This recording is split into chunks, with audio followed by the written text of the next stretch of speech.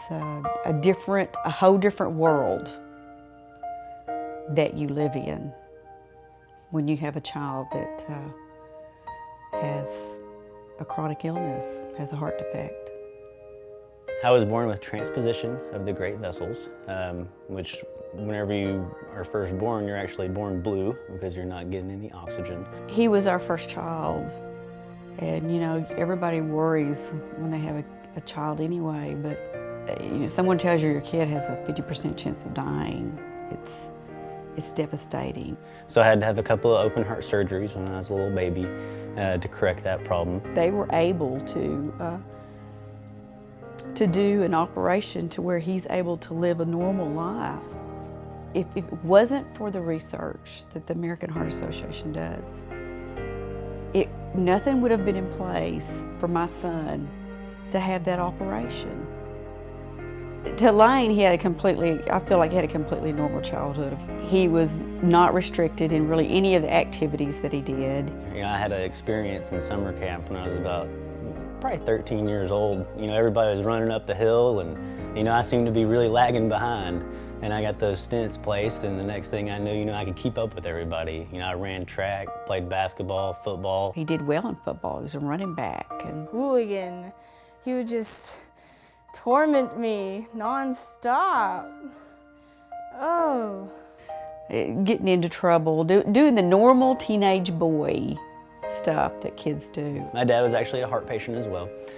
He's had heart problems longer than I can remember. Actually, I remember a time that me and him were duck hunting, and he was kind of the same story. He was walking up a hill, and you know, I looked back at him, and he was way back down there, and I was like, what's going on? You know, and he's breathing heavy and all that, and you know, he ended up having to do a quadruple bypass. When he was diagnosed with the cardiomyopathy, and you know, they said it looked really bad for him.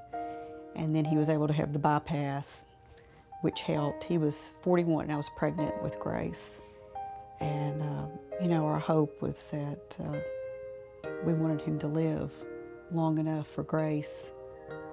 Well, I always told the doctor he at least till 18. He didn't make it till Grace was 18, but he was all about his family. He was all about his kids.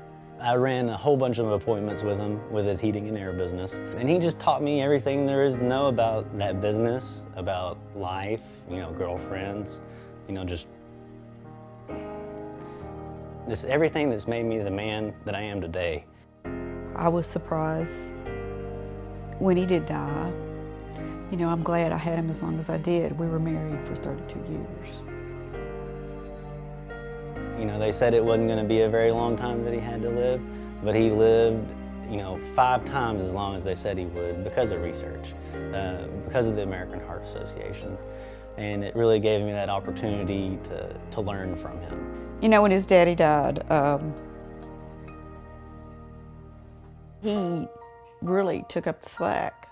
You know, I was able to step in there and, you know, help run a business with my family. And it's been very successful, and we've really enjoyed it. He had enough experience from being with his dad, all those appointments, that he just picked it up, moved right on. He's done an amazing job, and he did that all while he was going to school. He even continued to go out there while when he was diagnosed with lymphoma and was undergoing chemo. About 8 months ago, I was diagnosed with lymphoma, and one of the big deals was, you know, what's going to happen with my heart, because some of these medicines are really toxic to one's heart. How much does one kid have to go through?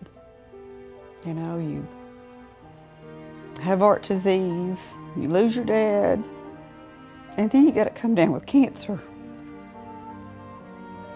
The research that was done by the American Heart Association and others really helped to get the medicines down that I needed. It was pretty much right before I had it, they just got through having a study that said you need to take this medicine and this in order for your heart to be fine during this treatment. And now I'm done with treatment. I have hair again and eyebrows, which is always nice. And nothing's wrong with my heart. So I'm in medical school now, and the plan is to be a cardiologist in order to help the patients and the patients' families that had the same sort of problems as I did. He's amazing. And to think that he could just as well not be living. He's done so much for my family, to me. He's made such a difference already, and he's 25.